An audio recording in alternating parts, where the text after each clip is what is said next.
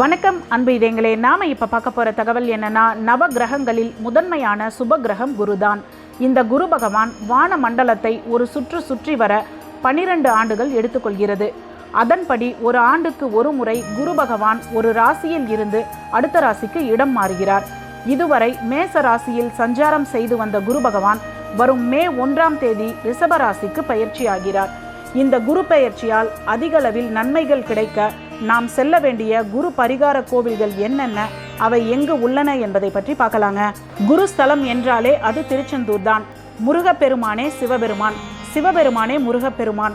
சிவபெருமானை பூஜிக்கும் நிலையில் கையில் தாமரை மலருடன் திருச்செந்தூரில் காட்சியளிக்கும் செந்தூர்நாதனை வழிபட்டால் குருவினால் நல்லதே நடக்கும் என்பது ஐதீகம்.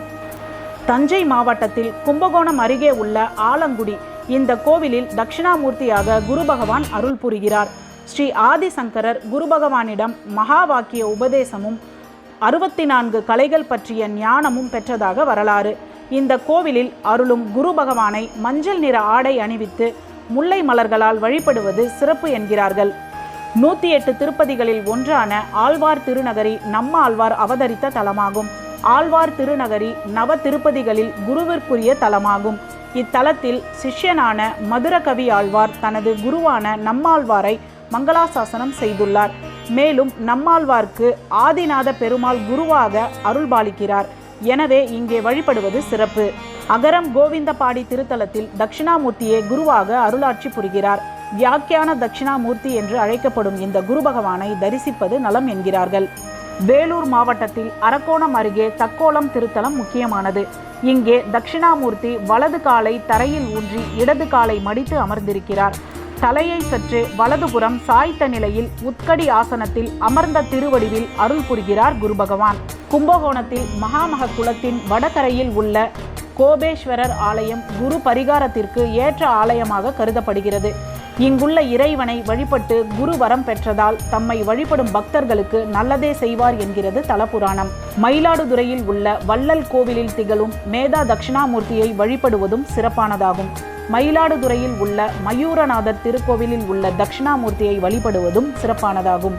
தென்குடி திட்டை கோவில் இத்தலத்தில் குரு பகவானுக்காக தனி சன்னதி இருப்பது தனி சிறப்பு. கருவறையில் சுவாமிக்கு மேல் சந்திரகாந்த கல் அமைக்கப்பட்டிருப்பது இன்னும் சிறப்பு.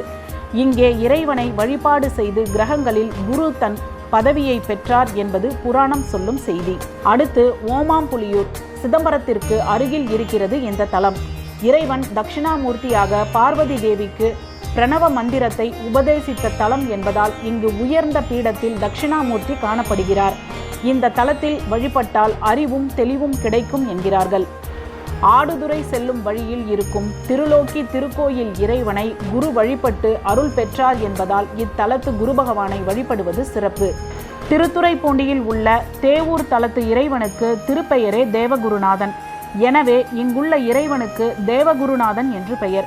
குரு பகவான் வழிபட்ட இத்தலத்தில் குரு பகவானுக்கு தனி சன்னதி இருக்கிறது என்பது சிறப்பு. மேனகையிடம் பெற்ற சாபம் நீங்க குரு பகவான் வழிபட்ட தலம் சென்னையில் பாடியில் உள்ள திருவலிதாயம் ஆகும். இங்கே குரு பகவான் தனி சன்னதியில் மேற்கு நோக்கி இருப்பது சிறப்பு. மதுரையில் சோழவந்தான் அருகில் உள்ள குருவித்துறை சித்திரரத வல்லப பெருமாள் கோவிலில் ஒரே சன்னதியில் குரு பகவானும் சக்கரத்தாழ்வாரும் சுயம்பு மூர்த்தியாக காட்சி தருகின்றனர். இவரை வழிபட்டால் பூரண நலம் கிடைக்கும் என்கிறது தலபுராணம். கிழக்கு நோக்கிய அனுகிரக தட்சிணாமூர்த்தி சிவகங்கை மாவட்டம் பட்டமங்கலத்தில் குரு பகவான் அருளுகிறார்.